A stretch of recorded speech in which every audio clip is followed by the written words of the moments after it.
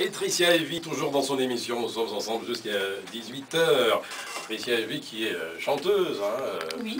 Et n'importe quelle chanteuse, on l'a bien dit tout à l'heure. Oui. Le jazz a travaillé tes influences sur la Big In notamment. Ah oui, ça on l'a m'a... bien compris. Et logiquement, tu t'en es inspiré. M'inspirer de la Big In, oui. Bien sûr. Mais ça, c'est... Voilà, c'est la musique du cœur, c'est la musique de chez moi. Donc oui, c'est un petit peu normal. Normal, pas forcément, parce que c'est pas de la musique, une musique que je chantais avant, forcément, mais c'est magnifique. Les compositions d'Ali Arva, c'est magique. En plus, ça touche tout le monde. Quand je chante la Big In en Australie ou au Qatar, les gens ils adorent. Parce que voilà. Donc oui, j'aime beaucoup. Alors le jazz a toujours été un mélange de courants musicaux très divers. Ça fait partie de son évolution. Tu le reconnais? Moi je pense que toutes ces musiques-là sont assez liées parce qu'il n'y a qu'à voir à Nouvelle-Orléans, ils parlent créole. Donc ils jouent un certain type de Big In. Tout ça c'est lié. En fait la Big In et le jazz, je pense que c'est arrivé à peu près au même moment, quoi. Donc il y a beaucoup de musiciens de Big In qui font du jazz. Moi je fais du jazz, je fais de la Big In. Enfin il y a un pont. Alors est-ce qu'il est pour autant facile de décrire précisément ce qui le caractérise, ce jazz? Pas de la question. Je me sens un peu blonde là quand tu me poses des questions. Oui. Pardon? Oui. Décrire le jazz? Oui. Non, je pense que le jazz, chacun a son propre jazz.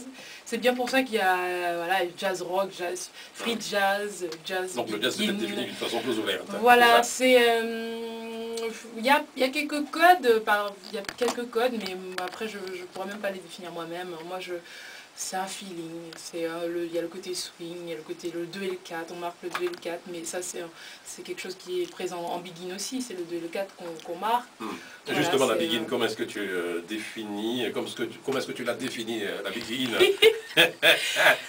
On sait qu'il y a la Big In de salon, la Big In de bal, tout ça, mais comment est-ce que tu l'as définie, cette Big In, cette musique?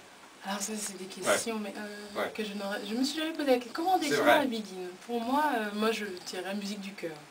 Vraiment musique du cœur, musique où on parle d'amour. La plupart des Big In, ça parle vraiment d'amour. Donc voilà, c'est... Voilà. Joker.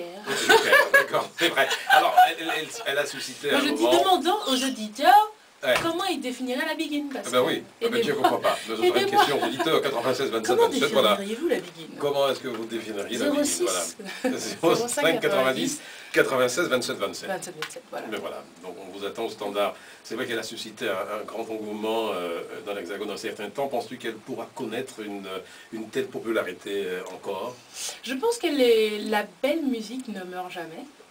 Donc il faut juste que ceux qui sont audibles, les gens qui ont une visibilité médiatique et radiophonique, la jouent. Voilà. Donc quand on parle en France d'Alain Jean-Marie, tout le monde sait que c'est un très grand jazzman et que c'est un très grand musicien de Big In. Voilà, donc moi quand je joue quelque part, je joue de la Big In, que ce soit au Sunset, au Duc des Lombards, j'en ferai toujours 2 ou 3 morceaux. Donc tu es sur les traces de Robert Marunzi, Ali Arva et Mehdi Antil. Tu as fait référence tout à l'heure à Albert Liora, qui l'ont intégré à leur répertoire. J'essaie. Cette Big In. Je ne sais pas si je suis sur leurs traces, mais en tout cas j'essaie de représenter, de mettre en valeur la musique qu'ils font.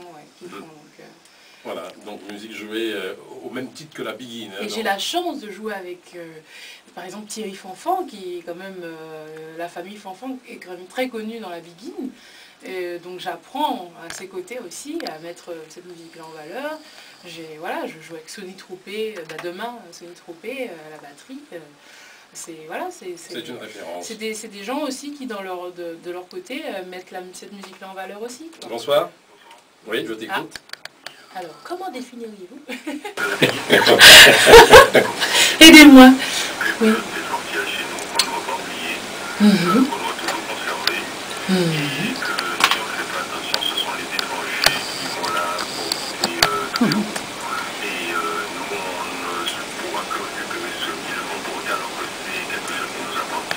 Moi, à ce moment-là, oui. C'est vrai qu'il faut être fier de sa culture.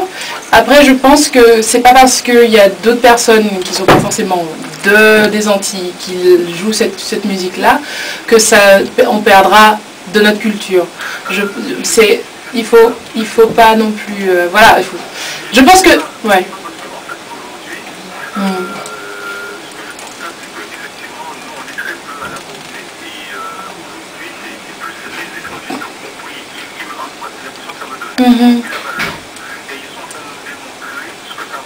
Oui, mais peut-être parce que les Antillais eux-mêmes ne sont pas forcément assez fiers de leur culture, alors qu'ils devraient, mais...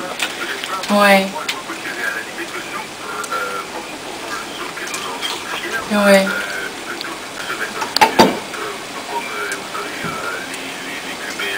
Oui.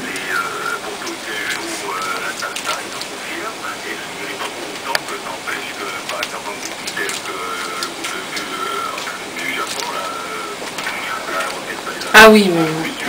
Oui. Voilà. Donc c'est pas...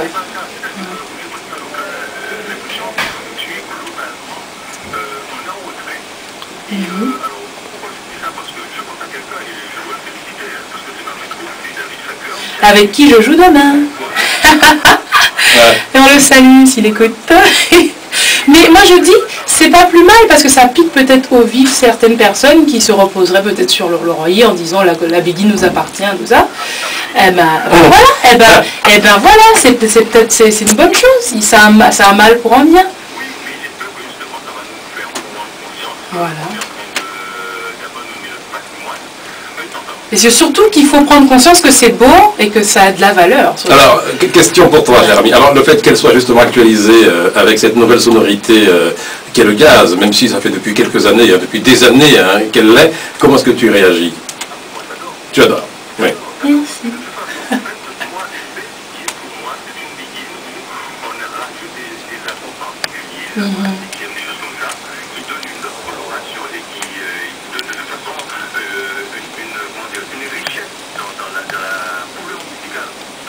Très bien. Bien, merci pour ton intervention. Voilà, on sent bien qu'il est un spécialiste. Ah, il est parti déjà. Bonsoir. Je vous écoute sur moi. Bonsoir. 27 mars. Bonsoir. Oui, mais bonsoir, qu'on fait. Messieurs et dames. Oui. Bon, oui, enfin, téléphone a encore pleuré. Il a pleuré toujours. Ah, il a craché même. Benoît, nous jamais, tu es à l'antenne en direct avec Tricia et lui. Ouais. Non, pour Pokémon. Ah, qu'on fait? Oui, mais c'est pas toujours évident. Ouais, c'est pas toujours évident. Oui, dis-moi, dis-moi.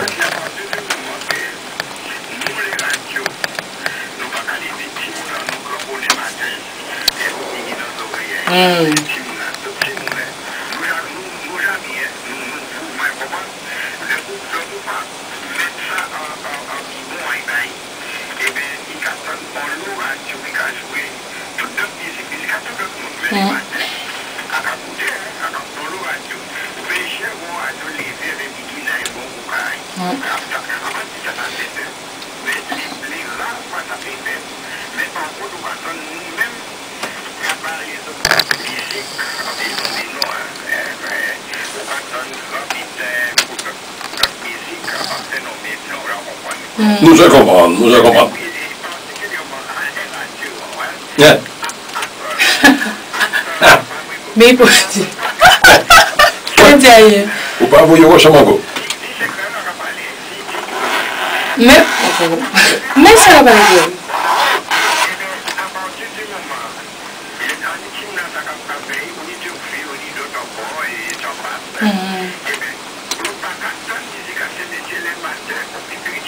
Voilà, nous comprenons qu'il faut nous faire un travail ici, ça, effectivement. Merci. Voilà. Ben, merci pour votre intervention alors. Merci.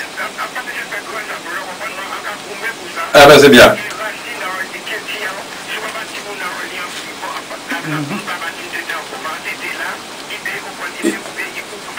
Voilà.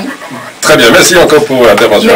Il a tout à fait raison, parce qu'il y a des musiques où on n'a pas besoin de les chercher, elles viennent à nous. C'est-à-dire on écoute, on allume la radio, on entend de la soul, on entend du R&B. Il faut aller faire la démarche. Ouais.